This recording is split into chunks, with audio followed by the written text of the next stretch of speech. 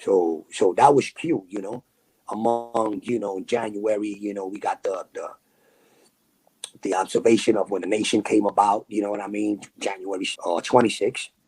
And then we got there's a couple of things, man. We got the time that King Blood had got sentenced, which is February 14, 1997, which was where this happened. Almost lost a finger that day because we was in C95 when that's Valentine's Day. Valentine's Day is supposed to be a blood day. That's their Yeah, sacred facts. day. That depicts what they are. You know what I mean? Mm-hmm. So on February 14th, they were supposed to set it off in C95. You know what I mean? That day, the news came down that Blood had just got sentenced, man, to a day without windows.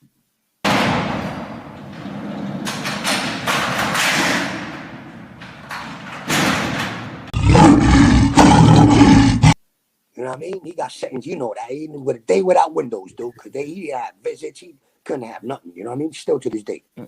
Mm-hmm. So that was a real crazy moment. So while they were thinking about setting it off so that they could do that, that's like their fasting, how they showed their unity and their sacrifice through eating food.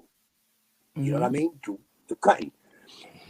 And we wasn't having that, man. We came down, some brothers that came down from court and was like, yo, these niggas want to, they want to pop off. And we was like, yo, now we got to pop off. We got to beat them to it.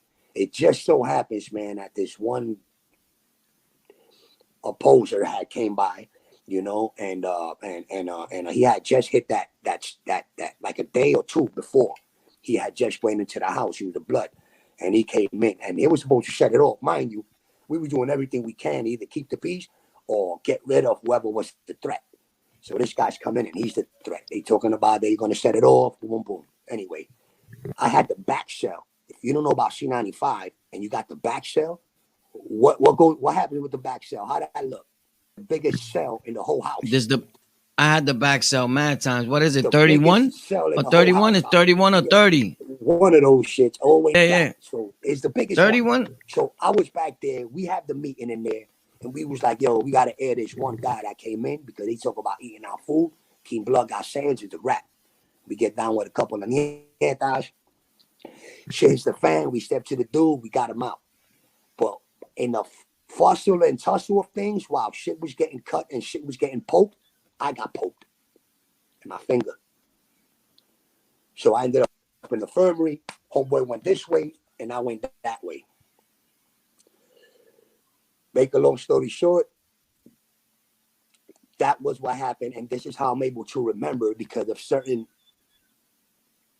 dates and certain things that was happening, because you can't remember everything, but there's certain things. Like I was in there when Pop died. I was in there when Biggie died. I was in there for 9/11.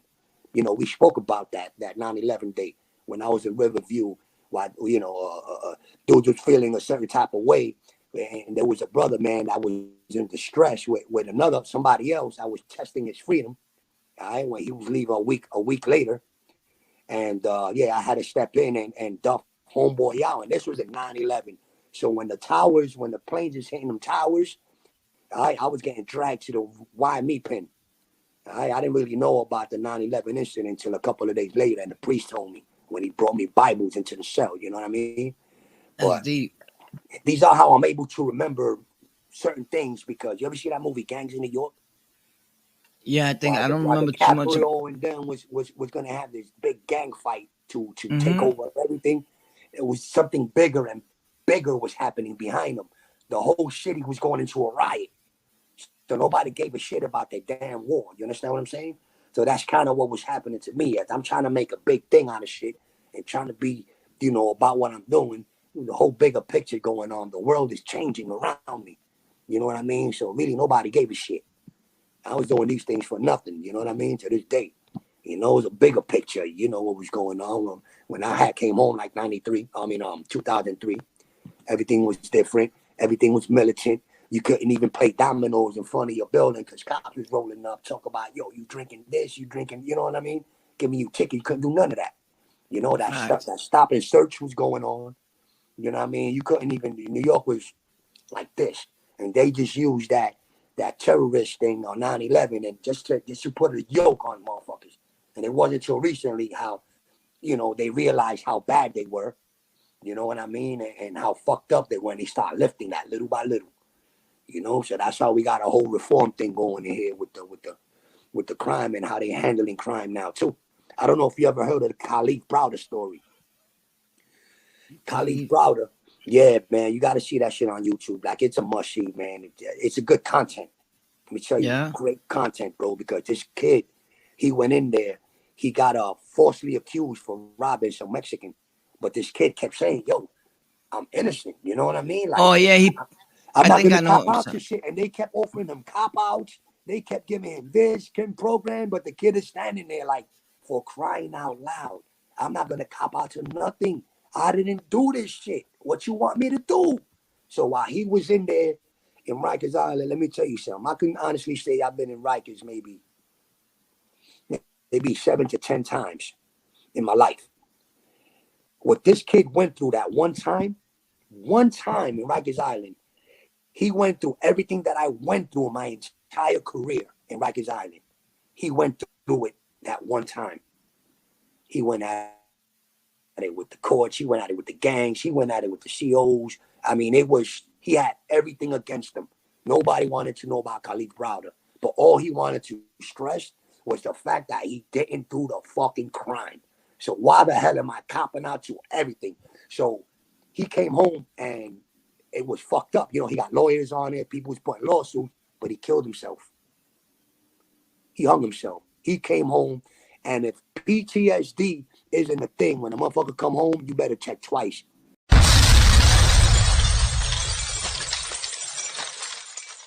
Because just as much as you go to Iraq and you come back something wrong with your head, the same way you go up north and you come back and something's off, dude.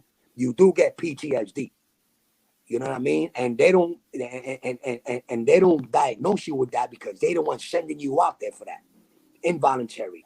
At least you're volunteering in the services, and you come back with PTSD because you volunteered and we screwed your head up. We take care of you. But we didn't volunteer for this shit. You sending us out and not diagnosing us with PTSD. But a lot of people need meds and shit like that when they come home. You know, Mm-hmm. even if you clear your psychological test, you still have that stress and that thing about that prison, man, that chokes you, man, years after you come out. You know what I mean? I got this saying that says, listen, you want to know how long it's going to take you to shake that jail shit out of you? You got to do as much time as you did in the street than you did in jail. For example, if you did 10 joints in jail, it's going to take you about 10 joints in the street to shake that bullshit out of you. Feel me? If you did 2 years Mm-hmm. in the joint, you come home, I say about 2 years, you shake that shit out of you. You know that jail, that shit. Mm-hmm. You know what I mean? So it takes it. If a nigga do life, 25 years, it's gonna take 25 years to shake him out. He probably don't even got a shot. Because that's always with him. That's part of him. Especially if you do like 40 years. What you gonna do when you got 40 years? You think you gonna come home and function? Nah, pop. It's gonna take you 40 years. So that means you need 40 more years on top of the 70 years you already got. You Mm-hmm. understand what I'm saying? Yeah, I know. So I know there's what you no mean. hope The there. lot. Yeah, Mm-hmm. I think, this is my perspective. Mm-hmm. You know? It's a good way of putting it because to a lot of people's minds be gone. You already been locked up like 40 years, my dude. Unless you was in there studying hard, but jail got a thing Which, of. but that's usually the case because people that's in there 40 joints, you know what I mean? Unless you're somebody like Blue Boy, you know what I mean? Where he's a gangster his entire 40 years, you're going to pretty Mhm. much chill. You're going to pretty much work in the law library. You're going to have it set out for you in there 40 years. You know what I mean? You're going to be up here. You're going to be in your zone. You're going to know what you're going to make of it.